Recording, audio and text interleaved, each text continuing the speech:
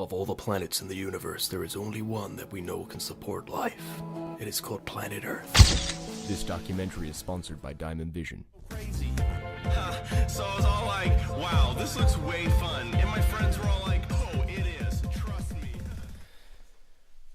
Welcome back. On this week's episode, we are off to one of Bangkok's finest attractions.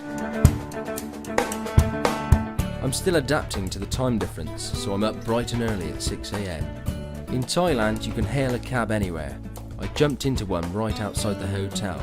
I made arrangements to have the driver all day, which cost me around 1,000 baht. The first port of call is Bangkok's floating market.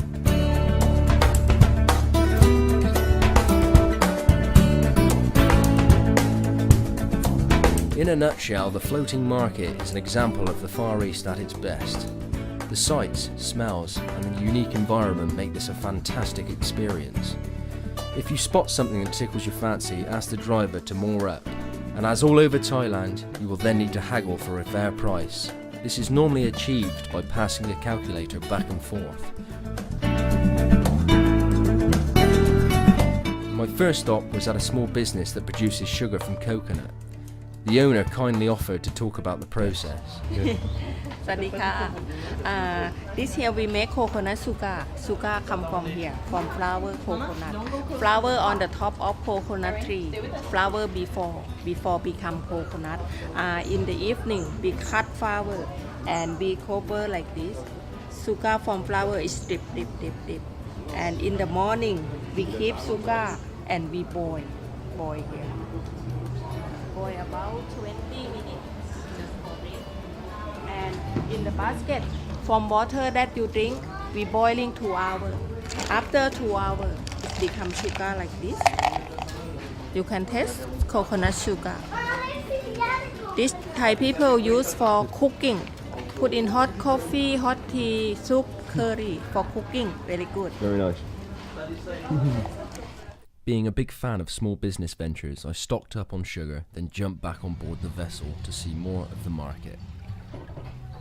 Around every corner there is something different. The market had a lot to offer. You can buy artwork, ornaments, clothes and materials, herbs and spices, local remedies.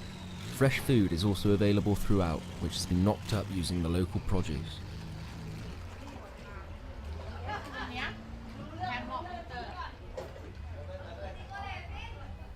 My next stop was at a temple situated just off the canal. Buddhism in Thailand is represented primarily by the presence of Buddhist monks, who serve as officiants on ceremonial occasions, as well as being responsible for preserving and conveying the teachings of the Buddha. Shrines dedicated to Buddhism are throughout Thailand. Shrines often contain idols, relics, or other objects associated to the religion. Leave a gift or light a joss stick to show your appreciation to the gods. Another common sight are portraits of the king who has reigned since 1946. The king demands respect from the nation, with laws in place that make it a crime to defame, insult or threaten the king, queen, heir of the throne or regent. It was time to jump into the boat for the last time and head back to my waiting taxi. I wanted to get back to the hotel to get ready for the evening's events. A formal start at the Labua Hotel and then on to Pat Pong Market.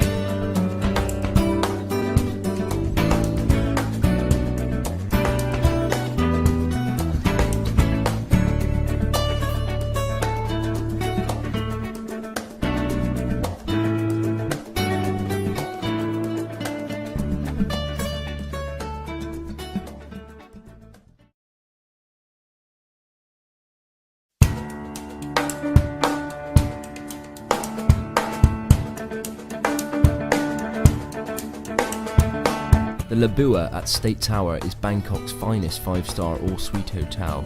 Labua is more than a destination, it is a world-class experience.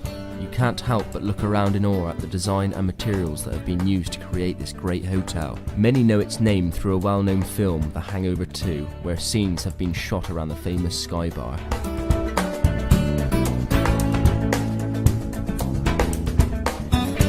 The views over Bangkok are incredible.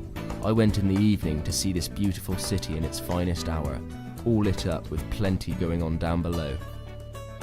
I could quite happily sit here all evening, but after finishing my last beer, I forced myself to leave. The fact that it was central London prices helped, as I was on a travelling budget. So it was time to get back to the ghetto side of town.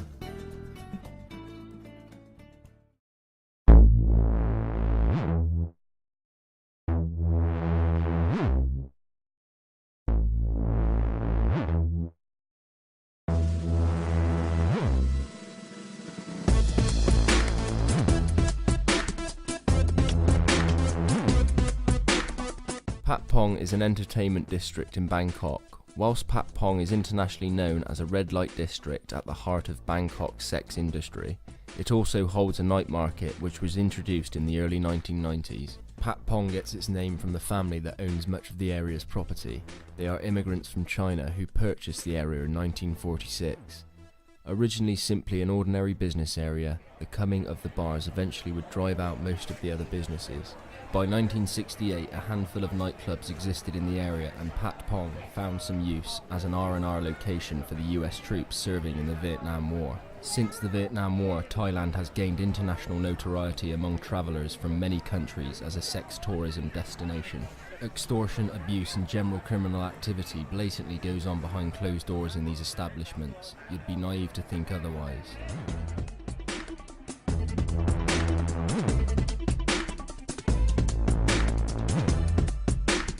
I decided to spend my last few hours out watching the world go by and reflect on the trip so far. I'm up early in the morning as I'm on the move down south to Surat Thani. It was great to be back in Bangkok, as this is my third time to Thailand, and each time I have flown into Bangkok and stayed for a few evenings. If you're planning a similar trip, then this is what I advise you do. A few nights in Bangkok is enough to adapt to the culture, weather and time difference. A lot can be achieved in this time, but do plan ahead. Do some research on where you would like to go. There is a lot of things you can spend your time doing, so choose wisely and go to the places that you think you may enjoy. The Thai community can't do enough for you, and it was a breath of fresh air to be back in Thailand for this reason alone. Thailand in general is such a contrast to the British way of life. Its laid-back attitude and lust to enjoy life are evident the moment you arrive. Bangkok is a great way to start your travels in Thailand. Hopefully one day I will return.